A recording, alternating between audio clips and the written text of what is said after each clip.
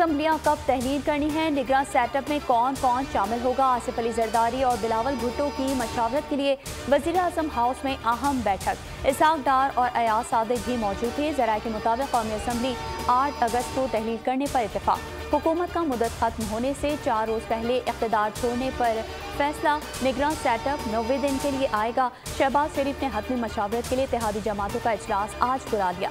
वज़ीर इत्तलात मरियम औरंगज़ेब कहती हैं अभी हतमी फैसला नहीं हुआ, इत्तेहादी जमातों की मशावरत से तारीख का फैसला होगा।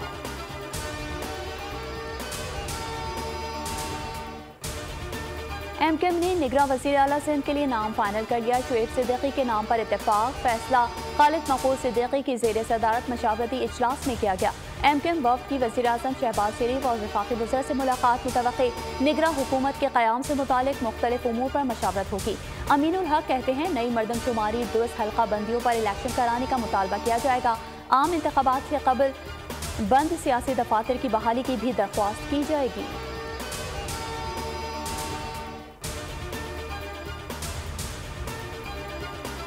पाकिस्तान ने IMF के साथ कामयाबी से मुआहदा किया। बर वक्त इलेक्शन से मुल्क में सियासी इस्तेहकाम आएगा। बिलावल भुट्टो को उम्मीद, कहा अवाम नफरत की सियासत मुस्तरद कर देंगे। ख्वाजा आसिफ का कहना है कि असम्बलियां मुकर्ररा मुद्दत से 1-2 दिन पहले तहलील हो जाएंगी। निगरां वज़ीर आज़म का नाम फाइनल नहीं हुआ। नवाज शरीफ से ज्यादती हुई, इसकी तलाफी जरूर है।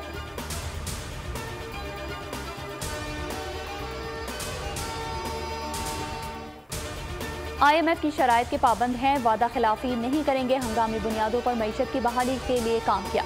हमें अब कर्जों से निकलना होगा, सफ़ों में इत्तेहाद कायम करना पड़ेगा। वज़ीर आज़म शहबाज शरीफ ने CPAC का क्रेडिट नवाज शरीफ को दिया। वज़ीर ख़जाना इसहाक डार कहते हैं कुछ पंडित कहते थे पाकिस्तान डिफ़ॉल्ट हो जाएगा। ये वो लोग हैं जो पाकिस्तान को डिफ़ॉल्ट के दहाने पर लेकर गए थे।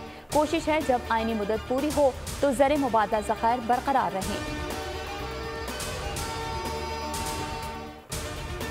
तवानाई शोबे की सब्सिडी कम की जाएगी। तनख्वाहों और पेंशन की मद में अखराजात करेंगे। पाकिस्तान ने IMF को रेवेन्यू में इजाफे के लिए ठोस यकीन दहानी करवा दी। IMF मुआहदे की तफसीलात जारी।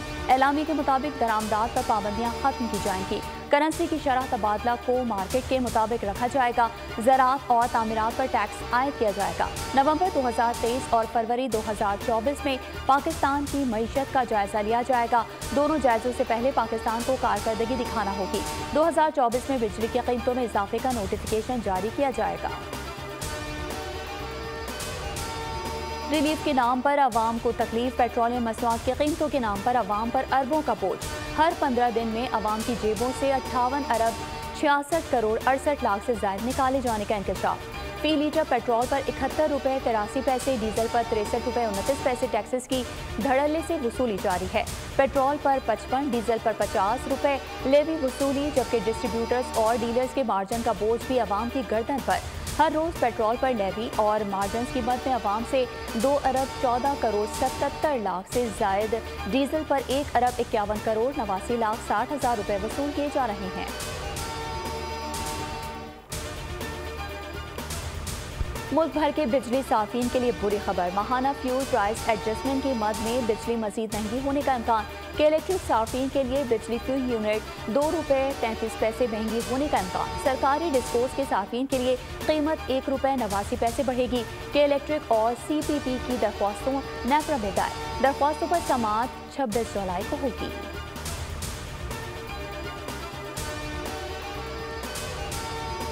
इंतखाबी इस्लाहात कमेटी ने इलेक्शन एक्ट 2017 में तरमीम पर इत्तेफाक राय कर लिया।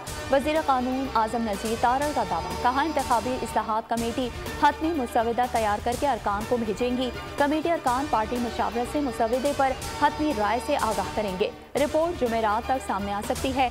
सियासी वाबस्तगी से हटकर इस्लाहात लाने की कोशिश की है। चाहते हैं इलेक्शन के निज़ाम को मज़ीद शफाफ बनाया जाए।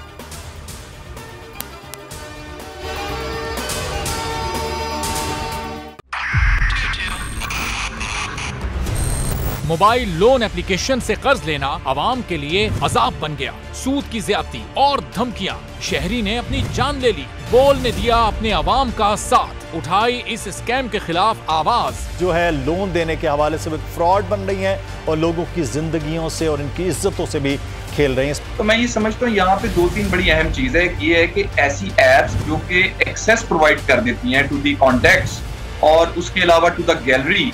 बोल की खबर पर इदारों ने भी कस ली कमर, लिया एक्शन। बोल की काविशें बराबर साबित हो गई। ऑनलाइन कर्ज माफिया के गिर्द घेरा तंग हो गया है, क्योंकि बोल है पाकिस्तान का नंबर 1 न्यूज चैनल। सब्सक्राइब करें और बेल दबाएं ताकि कोई खबर रह न जाए।